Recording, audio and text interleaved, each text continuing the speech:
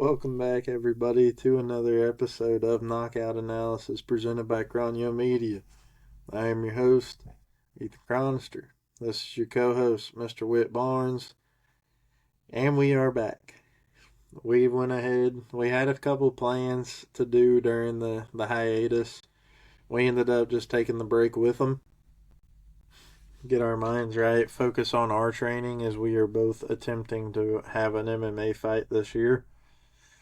So we're both focused in on the training, locked in on that.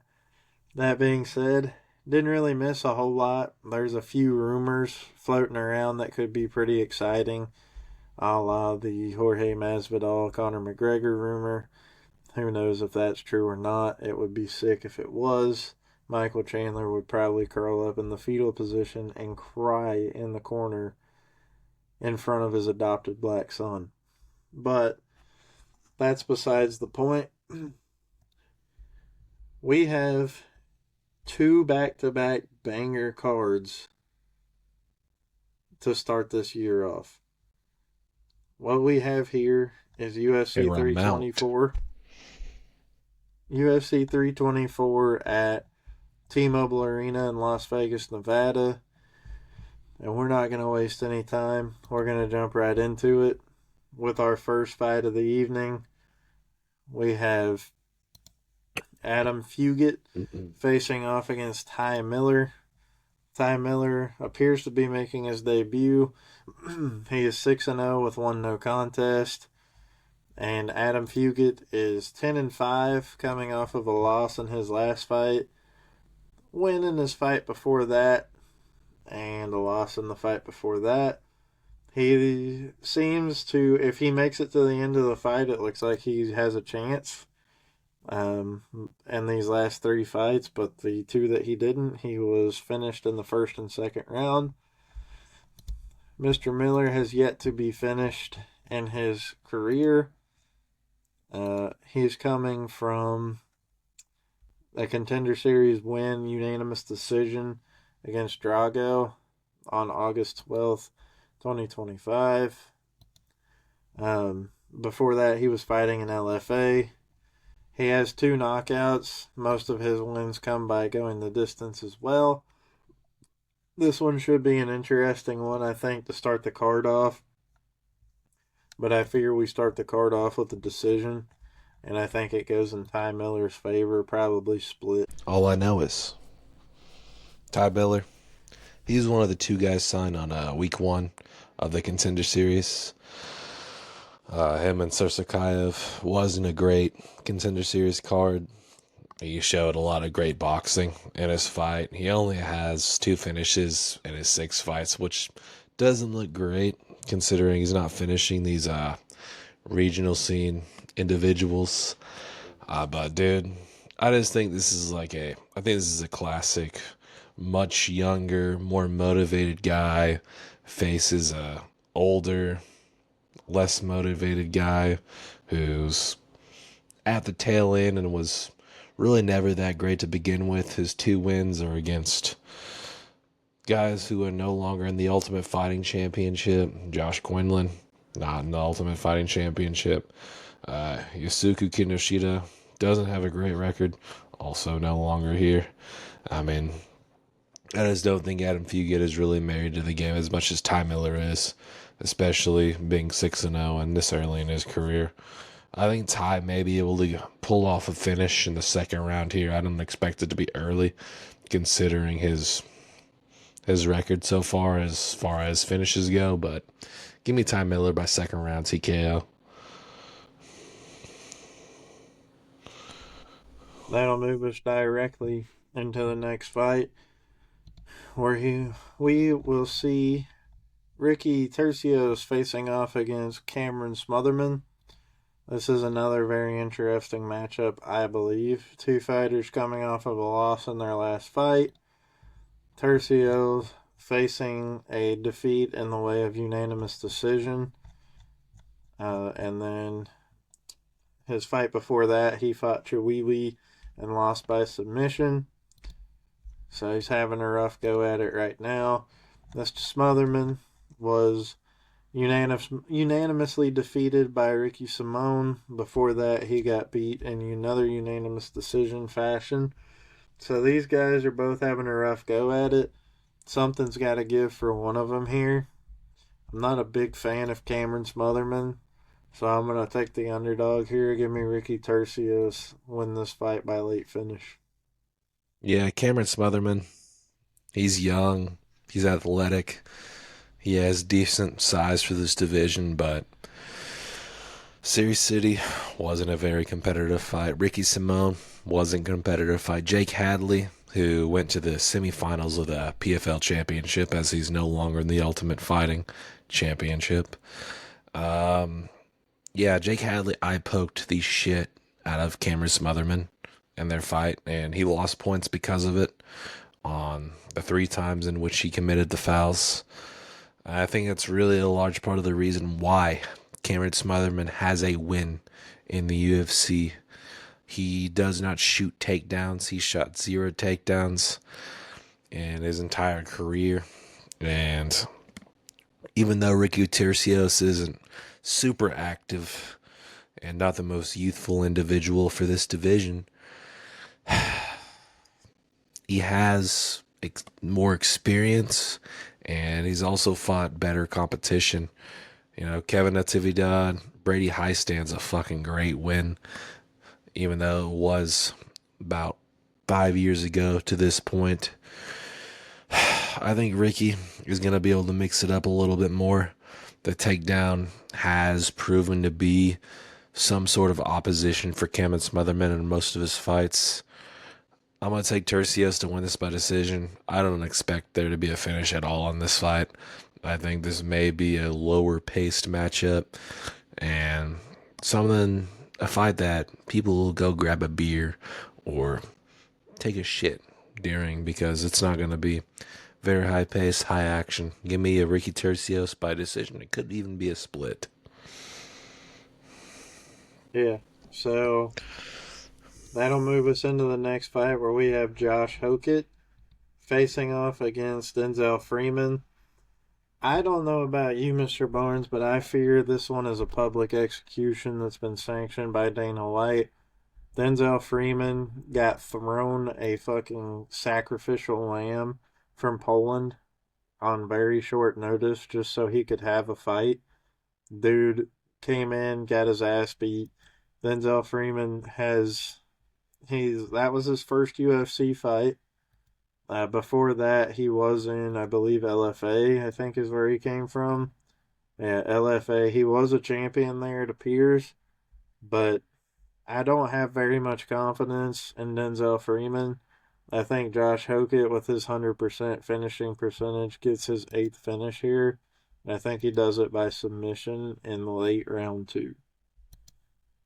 Yeah, I love this fight because it's 2 LFA guys that were in the LFA around the same time. Denzel Freeman, like Kron just mentioned, was the champion.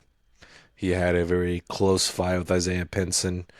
A lot of people are highlighting that Josh Hokett is a former NFL football player for the 49ers. He played on the practice squad. Wasn't like a huge name in the National Football League, but he was in the 49ers.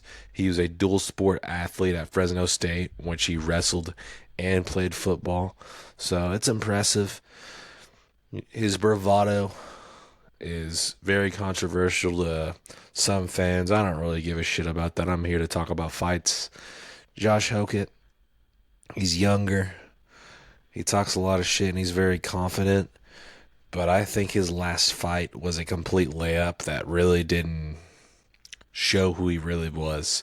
Max Jimenez is really just a BJJ guy. You go look at Tapology, you go look at some other fights that he's had. He's really just a BJJ guy. He wasn't ever, I don't think he's really a guy that's cut out for mixed martial arts. And even then, in the 56 seconds that fight went on, I think he had success against Josh on the feet. I think he was able to land the leg kicks. Denzel Freeman, he's fought against wrestlers. He is a former Legacy Fighting Alliance champion. And Marlek Brulio, that last fight wasn't a great performance, but he is also an undefeated. Marlek Bulio, before he fought Denzel Freeman, was a 6-0 guy who had all finishes. And Josh Hokett is another undefeated guy with all finishes. I don't think he's any stranger to such competition. I think this fight, as far as the odds go, should be a lot more closer to even. I think that Hokett has more hype on him because of his bravado. I'm going to take Denzel Freeman to win this. I think he has the experience. I think he has 5-round fights under his belt. Give me him to be able to win this. I think this fight will go to decision. That'll move us into the next one, where we have Alexander the Great Ape Hernandez facing off against Michael Johnson, Alexander Hernandez putting his 4-fight win streak on the line against the Michael Johnson. Michael Johnson is also on his own little win streak. He's won 3 in a row of 4 of his last 5. He did just beat Daniel Zellhuber, which was a high prospect on a lot of people's boards, but I'm off of him after watching the way that he fought. It was a disgusting fight style that was absolutely atrocious, and I hope he's proud of himself because he lost. That being said, I think the momentum is riding high with Alexander Hernandez. The odds seem to agree with me. Give me Alexander Hernandez here to give Michael Johnson his 20th loss in his professional MMA career and give him his 19th win. I think he does it by a pretty convincing 30-27 decision. Yeah, whoever wins this fight, I believe, will be fighting for a spot in the rankings. Both of these individuals have at least a 3-fight win streak. Alexander Hernandez, not a guy I've been super high on.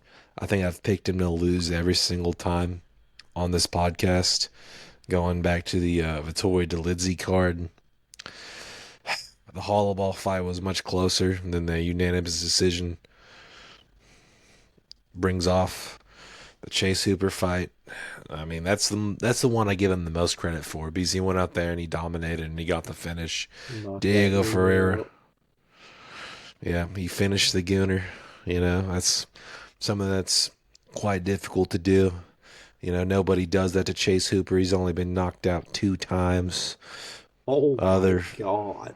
Shout out Steve Garcia. Plot twist here. Sorry to interrupt, Mr. Barnes. I don't know if you can see it here, but the Knicks just beat the Nets 120-66. Yeah, that's disgusting. That's some regional domination, as some would say. But Alexander Hernandez, he was losing to Diego Ferreira before he got that finish. I think the Hollowball and Hubbard fights could have very well went the other direction. But he's also fighting Michael Johnson, who has 19 professional defeats. He's old, and even though he was like a 4-1 underdog against Zellhuber, it's really hard for me to just sit here and say, yeah, he's going to beat a guy that I don't think is very good. I think this is a tailored matchup for Alexander Hernandez, considering where his career started and how much hype he has. If he goes out here on Paramount's first ever PPV or numbered card and finish Michael Johnson, I think he could very well rise to some level of stardom.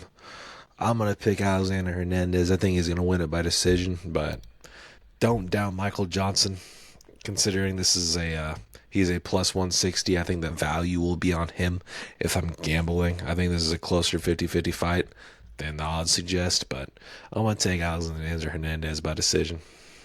That'll move us to the next one, where we have 11th ranked Alex Perez facing 13th ranked Charles Johnson. Alex Perez on a 2-fight losing streak.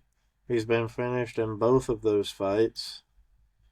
Charles Johnson coming off of a very incredibly shocking knockout victory over Lanier Kavanaugh his last fight, but before that he was defeated by Tamirov by unanimous decision. This is a very interesting stylistic matchup. I believe the fight odds here favor Charles Johnson. I'm not a huge Charles Johnson guy. Maybe it's a stupid hair. I'm not sure, but I'm going Alex Perez here. Give me Alex Perez by. I'll give him a third round finish. Yeah, I mean, sometimes Kron surprises me, you know, and this is one of those situations. Alex Perez, his last two fights, if you look at them really closely, Tatsuro Taira, a guy who's potentially going to be fighting for the title or at bare minimum a fight away from fighting for the title, was in big trouble against Alex Perez. Alex Perez was dominating that fight before he unfortunately tore his ACL. A lot of people will say, oh, well, Tyra made him tear his ACL. Nah, body triangles from that angle happen all the time in the fight. And sometimes your knee just gives out. It's not that Tatsuro Taira made his ACL tear. I think that's an absurd claim. And the Asu Malmabaya fight, Asu, the guy who I'm very high on, was down 2-0 in that. I think Alex Perez showed in that performance that he still got it. But damn, dude, like, it's hard to pick him. Even though he's lost 5 of his last 6, it's been against some of the best flyweights in the world. Muhammad Makayev, Pantoja, Figueiredo, and the other 2 guys I mentioned. But this guy has been facing the best of the best. There's no question about it. Charles Johnson, I think he's been underrated. I think he's been disrespected in the matchmaking. He's been going out here, finishing prospects. I know Cron and I didn't think he would beat Kavanaugh, which was a tough fight, but I don't know, man. Every time he's been given an opportunity to move up in the division, he's failed and he's choked. And I think Alex Perez, this is a step down in comp for him.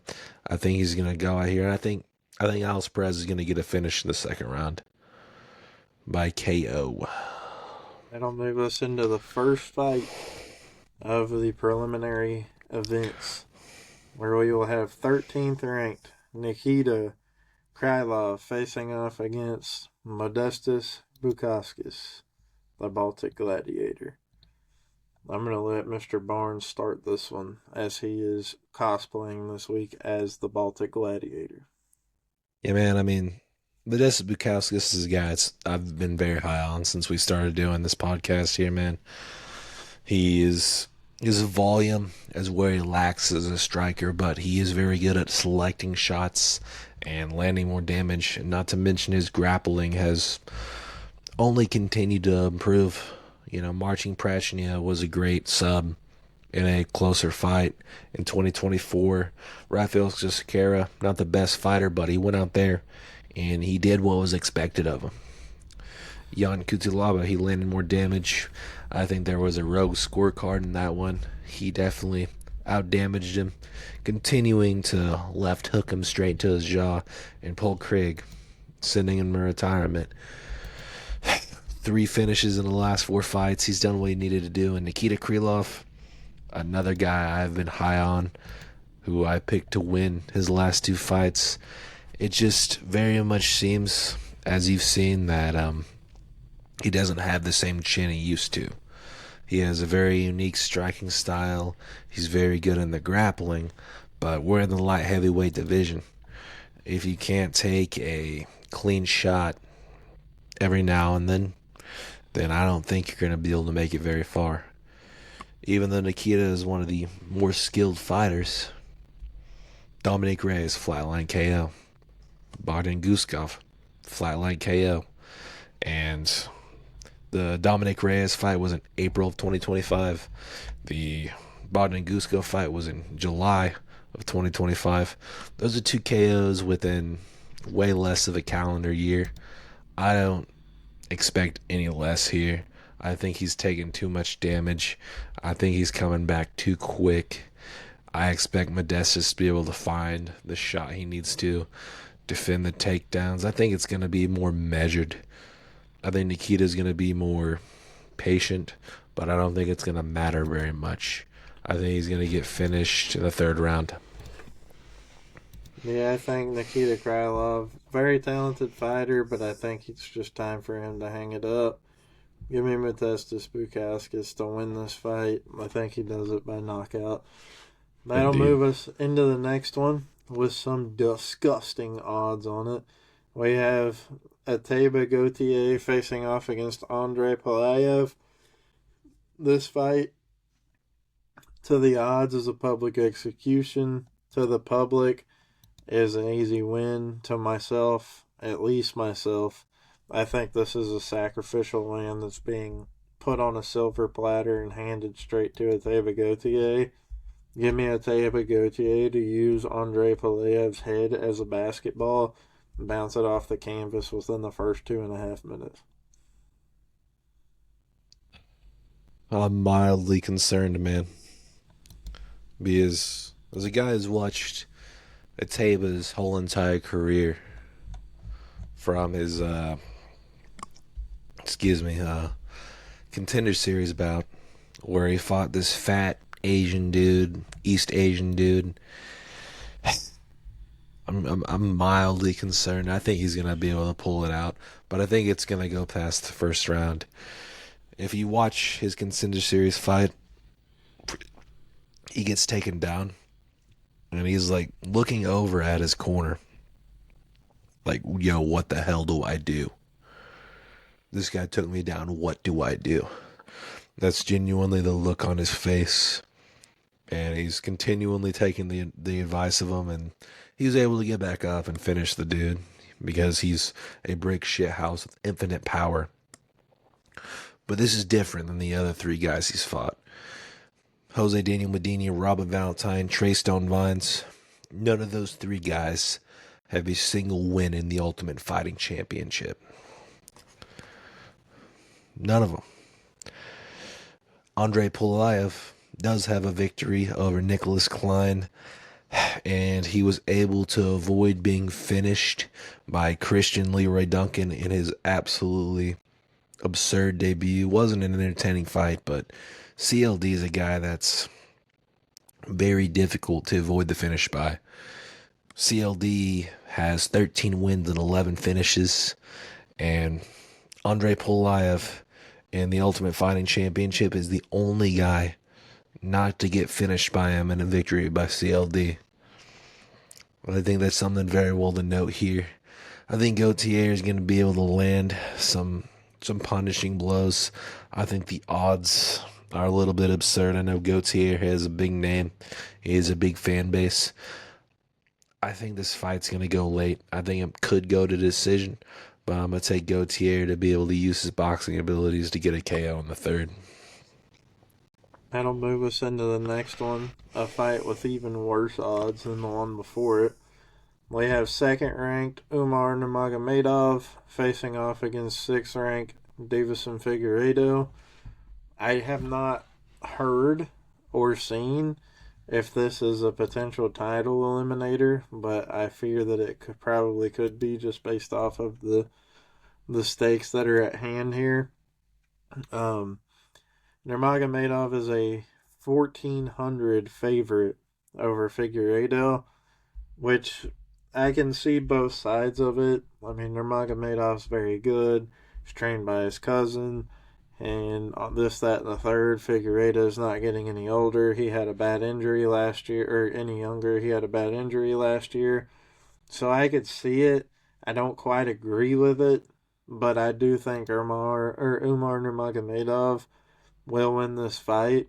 I don't see a finish in this fight, but give me Umar Nurmagomedov here. I think he takes a 29-28, maybe even split. Yeah, I kind of agree with Kron here. The odds are absurd. And if Kron's thinking of a split or a 29-28, then minus 1,600 is way too much. That's like a fringe top 20 guy facing a dude from the regional scene type shit. And I just think this is disrespectful to a former champion. Yeah, I know Umar is the younger guy with a slightly longer reach, but I'm just not really buying it. Especially after his last fight, even though he did have a very impressive performance against a Mario Batista. He did get rocked by Mario Batista. He got rocked and dropped by Mario Batista. And that is quite concerning. The other bantamweight that trains with in Khabib's camp, Magomedov, got finished very recently by a spinning elbow, man. I think that the pressure, the pace, and the confidence may even be arrogance. You know, Davison Figueiredo, he kind of proved in his last fight, I have nothing to lose. He fought Montel Quick Jackson, a younger prospect with a longer reach, which is very similar to what he's facing in this very fight. I think Davison Figueiredo has a chance to land his signature goblin punch in this one. I think his grappling will definitely hold up in this one. I don't think Umar's grappling is necessarily special. Mario Batista had success there, and I think Davison Figueiredo is a level above Mario in that department. And I think Davison's power is a level above Mario Batista's, and the odds were much closer than this. I'm gonna have to go with the crazy take here, man. Davison's one of my favorite fighters. I think he's being massively disrespected. I'm gonna pick him to win this, man. I think he's gonna find the punch, man, here in the second round. I think he's gonna land the knockout, and people are gonna say it's a fluke. They're gonna say it's a shocker, but no, it was destined. Give me Davison by that second round KO. That'll move us directly into the first fight of the main card. Sixth ranked Arnold Almighty Allen facing off against John Lord Silva. In my opinion, John Silva was winning the fight against Diego Lopez. That was literally a battle of autism and granite chins. They were just throwing the same, here's what happened. John Silva found success with one spinning elbow that absolutely rocked the shit out of Diego Lopez, and he just kept spamming it over and over like this was UFC 5. Eventually, you're going to get countered because you're throwing the same exact shit over and over again. And I think if he's smart, he goes back to the lab. The Fighting Nerd's obviously a very good organization. They'll get him right. Teach him, hey, maybe set that up next time. Because to throw that so many times and then just to get hit and knocked out by the exact same thing that you've been throwing the entire time is unfortunate. But it's your fault. You didn't set it up. That being said, John Silva is still one of my favorite fighters. I don't really care to talk about this much more. John Silva wins this fight by Von Flu choke, by Anaconda choke, by wrap my cock around his neck and choke him throat choke. I don't care what he does. He's winning this fight by submission, and I'll hear nothing else of it. I think this is one of the best fights, if not the best fight, you could possibly make in the featherweight division. Arnold Allen, great fighter, has been a decently long layoff because I believe he broke his hand. Twice, I think he broke it twice. Has never been finished. Has never been finished one time. Calvin Kattar got finished by Arnold Allen. Calvin Kattar has only been finished one time, and it was by Arnold Billy Allen, bro. On top of that, he took Giga Chikadze to the decision. Giga Chikadze at the time was ranked 10, and Billy Allen didn't take him down once like that bitch David Onama. He's a real man. And you know who else is a real man? It's John Lorde Silva. Subbing Bryce Mitchell And on top of that, his run throughout the entirety of 2024, Weston Wilson, Charles Jourdain, who I think is going to be ranked at bantamweight here really soon, Drew Dober, Melsik, the Armenian Bagdasarian. The Diego Lopez fight, as Kron mentioned, was beautiful, man. I just think he was way too aggressive. I think that John Silva knows he was way too aggressive. And if he kept pressuring him without being as forward as he was, he would have had the opportunity to piece up and dominate Diego Lopez, who I think is a easily, I'm going to say easily top 10 and maybe top 5 chin in the Ultimate Fighting Championship. And the number one we're going to talk about here very soon. I think you could hit Diego Lopez with a bat, and he'll just keep marching forward. And I think that John Silva underestimated that aspect of Diego's game. I think this is a much closer to 50-50 fight. This is a championship level fight in this division. These are two of the best guys. I think two of the best 3 to 4 guys at the featherweight division. The odds I don't agree with. I think it has to do more with John Silva's fame and rise. I think the value is on Arnold Allen, a plus 210 if I was a gambling man. But I think John Silva is going to win this fight. I think it's going to be a decision. It could very well be a split. That'll move us into the next one. We'll have second-ranked Natalia Silva facing off against Thug Rose Namajunas. Doug. Rose Namajunas, also known as G.I. Jane, coming off of a win in her last fight against Maverick. She was defeated in her fight before that by Blanchfield, and before that she beat Alex Pereira's ex-girlfriend, Tracy Cortez. That being said, Rose is facing off against as previously mentioned, the second-ranked contender in the women's flyweight division. She's on a 3-fight win streak, all 3 by unanimous decision. Women's fighting is boring. I don't care about this fight. Thug Rose Namajunas by knockout. Yeah, man. Rose Namajunas is a legend of women's mixed martial arts. However, I think strawweight was the division she was successful in. She hasn't been nearly as good in flyweight. I think Natalia Silva is the best flyweight on planet Earth. I think she will beat Valentina Shevchenko given the chance. Give me Silva. I think this is going to be a decision. I think it's going to be pretty dominant. I think the odds reflected. But at the end of the day, man, like I say with women's MMA, don't bet on it. Take the underdog. Namajunas is I think she's near a plus 300 or whatever it is. I know I think that the value's on her, considering experience and championship pedigree, but I think Natalia Silva is younger. I think she's hungry, and I think she is bigger for the division.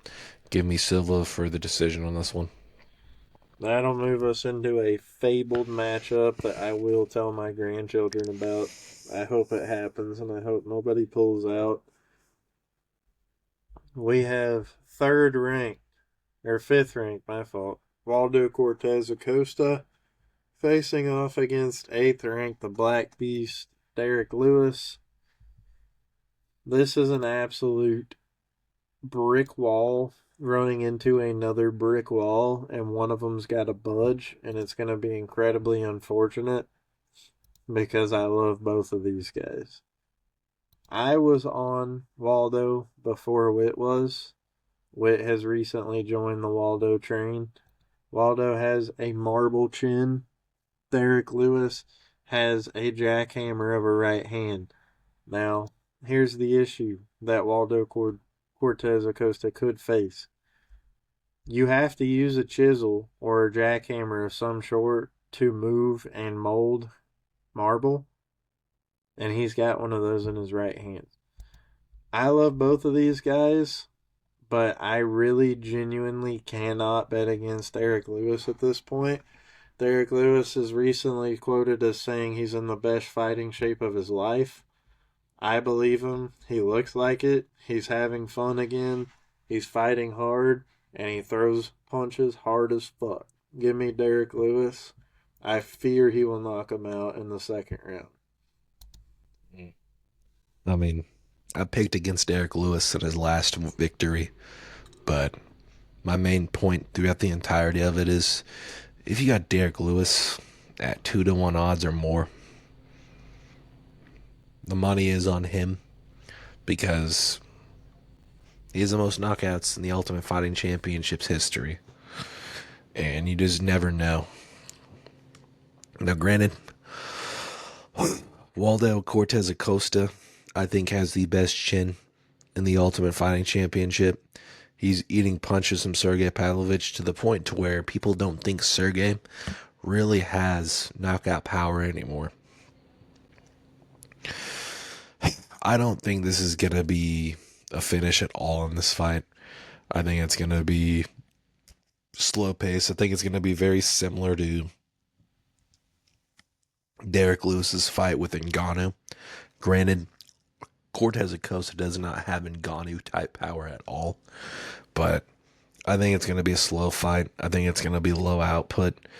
If Derek Lewis gets Cortez Acosta against the cage and lands a powerful overhand, Cortez Acosta is more than likely going to go down, but I think Cortez realizes the risk of doing that, and he's going to be able to circle out. I expect an out-voluming in this one from Cortez Acosta. I think Derek's going to be looking for some big shots. I don't think he wants to get finished because it has been reported that the President of the United States, Donald Trump, wants Derek Lewis to fight at the White House, that he is the president's favorite fighter. So I don't think he's going to be looking to get finished in this. I think it's going to be low output, low pace. I think Cortez Acosta could very well win this by decision. That'll move us directly into the next one where we have Sugar Sean O'Malley facing off against the Chinese man Song Yadong, the Kung Fu Kid. This is a very entertaining fight made by our UFC matchmaking friends. I think this is going to be a finish for sure, but I think it probably lasts. It's a deep finish, so it'll probably take them a while. I know it's a co-main. Did it get moved to 5 rounds, or is it? I think it's still 3. Still 3. Let me see what Tapology has to say about the matter while we're here. Might as well look. Yep, still 3 rounds at 5 minutes apiece. Sugar Sean has lost 3 times in his career. One of them was, correct me if I'm wrong, the Cheeto Vera, and the other 2 were to Merab Divashwali. The Cheeto Vera one, kind of iffy. The Divashwali one, not iffy at all. You have to be the best of the best, really, to beat him consistently. Sean O'Malley is a very entertaining fighter to watch. Song Yadong, very entertaining fighter to watch. Give me Sean O'Malley. Get himself back on track here. He has beat Petr Yan. So maybe he gets himself a shot at reclaiming the title just to lose it to Divashwali again. But, you'll have that sometimes on these big jobs. So give me Sugar Sean. I say 3rd round, 2 minutes in, Anaconda choke. Yeah, I mean, I like this fight for Sean O'Malley. I think the UFC has done him a lot of favors in his matchmaking, and I don't think this is anything short of that. Song Yadong is a good fighter, and as far as career's gone, though, despite his youth and experience and training with some of the best fighters in the world like Uriah Faber, and matches in which he's had to face guys like Petr Yan, Corey Sandhagen, some of the best in the world, he has faltered. His best win in the UFC is probably Henry Cejudo, which is very controversial in and of itself with the eye pokes and the Jason Herzog stoppage. There's a lot of back and forth on that. Chris Gutierrez and Ricky Simone, he beat in 5-round fights. I mean, those guys aren't the best competition at all. They're nowhere near the level of a guy of Sean O'Malley. Marlon Moraes was on a big knockout loss streak. It's kind of comical. You go look at you go click on Marlon Moraes on ESPN. Go look at how many times he got knocked out in a row before he finally decided to retire from mixed martial arts. I mean, I think this is a tough fight for Song. He hasn't been the most active of guys. This will be his third fight since 2024. Sean O'Malley has been training for a elite grappler like Marab, a guy that's going to shoot a lot of takedowns. I don't think Song's going to be able to put together that kind of pressure, and I don't think he's nearly the same level of striker as Sean O'Malley, who has finished 13 of his 18 fights. He finished Aljamain Sterling. He's finished, honestly, not a whole lot of other big names now that I'm sitting here and looking at it, but he gets a lot of finishes at 135 is really the point. It's pretty much entirely by knockout other than a sub really early in his regional career. Yes. No, he's very great at selecting shots. I don't think that Song Yadong, especially with how he was getting pieced up by a much shorter and stockier fighter like Henry Cejudo, I think he's going to have a lot of issues with Sean O'Malley's frame and ability to land on the chin. Give me Sean O'Malley here. I think he's going to win by KO. I think he's going to call out Peter Yan for the White House in June.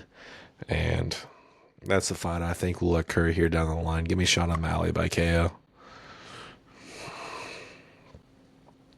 That'll move us into the next one, where our only title fight of this one, after Kayla Harrison broke neck kid ass, pulled out, we have Justin Gaethje, number 4 ranked contender, facing off against my boy Paddy Pimblett, the 5th ranked contender. These guys are fighting for the interim lightweight title, basically keeping the belt warm before one of them has to fight Ilya when he comes back.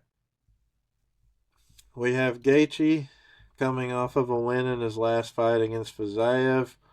Before that, he was knocked out by the fight that we all know by Max Holloway. Before that, he knocked out Dustin Poirier. Before that, he beat Fiziev again, so he owns Fiziev. And before that, he got submitted in 3 minutes and 22 seconds by Charles Oliveira.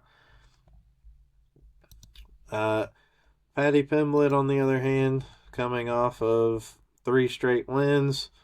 He beat Ferguson in the famous Who's Gonna Carry the Boats because it's not fucking Tony. He beat Bobby Green by knocking him out and submitting him and breaking his arm all at the same time.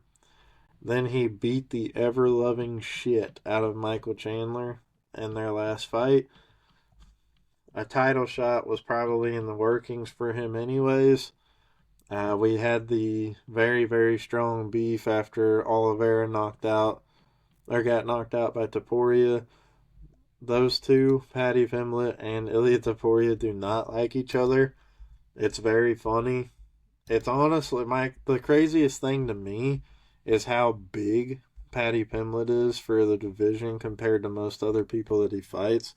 Like, if you look at King Green's fight against him, dude, Paddy looks like he's 6'10" and 750 pounds of solid muscle compared to that guy.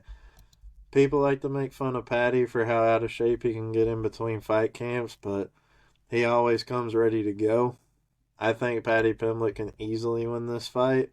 I think he could even submit him if he wanted to, but I don't think he will. I think he'll work for the submission round 4. I think Gaethje has a potential here to get pounded out with elbows on the canvas just like Michael Chandler did. Not saying they're the same level, but I think Paddy Pimblett is his time. I think he's just that much better right now. If that does happen to Gaethje, I very well think this could be his retirement fight. So we'll see what happens, but I'm going to pick Paddy Pimblett here by fourth round TKOs due to elbows. Yeah, I think it's been heavily confirmed by Gaethje and his fighting team that if he does not win this bout, that he is retiring. I think if he loses, he could have a swan song on some Dustin Poirier shit, fight in his home state against somebody, and he can be like, you know what, I'm going to put on an entertaining fight, and I'm going to go out like that. Well, hopefully he actually does it this time, not like Poirier. Yeah, man, I mean, Justin Gaethje has lost to 5 fighters, and all of them are either undisputed or interim title holders. So, Paddy Pimblett, well, technically, if he wins this fight, he wouldn't be making history, but so if he wins this fight, it would not be great in Justin's favor, especially since he is 0-5 against guys of that caliber, even though he has beaten a Dustin Poirier, Tony Ferguson, who was I believe was an interim title holder. He's done pretty damn good, man. Justin Gaethje, he's the highlight for a reason. He's fought a bunch of different guys. He was very successful in the World Series of Fighting, now referred to as the PFL. This guy's pretty damn good. My main gripe with Paddy Pimblett, who I've never picked, right? People I know a lot of people may say well, wait, you never pick guys, you're a hater. Well, if I don't have the greatest opinion on you as a fighter and you win, your next fight's gonna be a better guy. So how am I gonna pick you? You know? Tony Ferguson in his second to last fight in the UFC. Wasn't a competitive fight, but when it was on the feet, for the 2 minutes that it was, he was getting pieced up. Jared Gordon, he was getting pieced up. King Green, that was a meme of a fight. He dominated him. It was a meme of a fight, though. I mean, don't know why King Green shot at him. Michael Chandler. I think that fight showed that Michael Chandler should never have been ranked. Well, should definitely haven't been ranked 7th at the time. Then Paddy Pimblett's a top 5 contender. And I understand, right? Because Michael Chandler was 7th. He went down 5 spots in the rankings, which is kind of insane. And Paddy Pimblett went from 7 to 5, and that's because Islam Makhachev left the division. And who else, dude? I'm missing another name here. I mean, technically... Oh, yeah, Dustin Poirier retired as well. So he went up 2 spots because Islam moved up and Dustin Poirier retired. So it's rationable. But at the same time, I think this is his most winnable fight in the top 5. But however, I don't love this fight as far as being for an interim belt. I think Max Holloway beats both of these guys. I think Charles beats both these guys. I think Arman beats both of these guys. Fuck Arman. I think Ilya Taporia beats both these guys. The former champion, Islam Makhachev, beat both these guys. That's 5 guys off the top of the head that has fought the last 12 months in lightweight. And these guys are fighting for an interim title. All that matters is here and now, and these two have to fight each other, and one of them's going to be the champion. And it is what it is. I think this is an entertaining fight. It's 5 rounds. I don't hate it nearly as much as next week's main event, which we will get to next week. Now, what to predict for this fight? I think it's fairly even. Like I've said throughout this card. I think the plus 160 on Gaethje is value. He was a plus 140 against Fiziev, which was a close fight in its own right. I think Gaethje has a massive advantage on the feet. But if Paddy can take him down, which he has a 28% takedown success percentage, which I don't really love. I'm going to take Gaethje for that reason. Paddy does not land a lot of his takedowns at this level. I think it will be a scrap. I think they're going to be landing bombs. Gaethje doesn't have the chin he used to, so I think there is an opportunity for Paddy to land a KO bomb. But I think Justin Gaethje is going to win this by a close decision, 48-47, and a people forget performance. That'll conclude our very first fight card of 2026 and the UFC's very first fight card of 2026. This is First Paramount. This is the era of Paramount Plus. Be sure to check us out on YouTube. Like, comment, subscribe, hit the bell so you know. Be sure to check out all our sponsors: Shank It Golf, W.GG, CowboyRevolution.com. Check them out. We'll have this video up at some point before the fights start. This is 1/21/2026.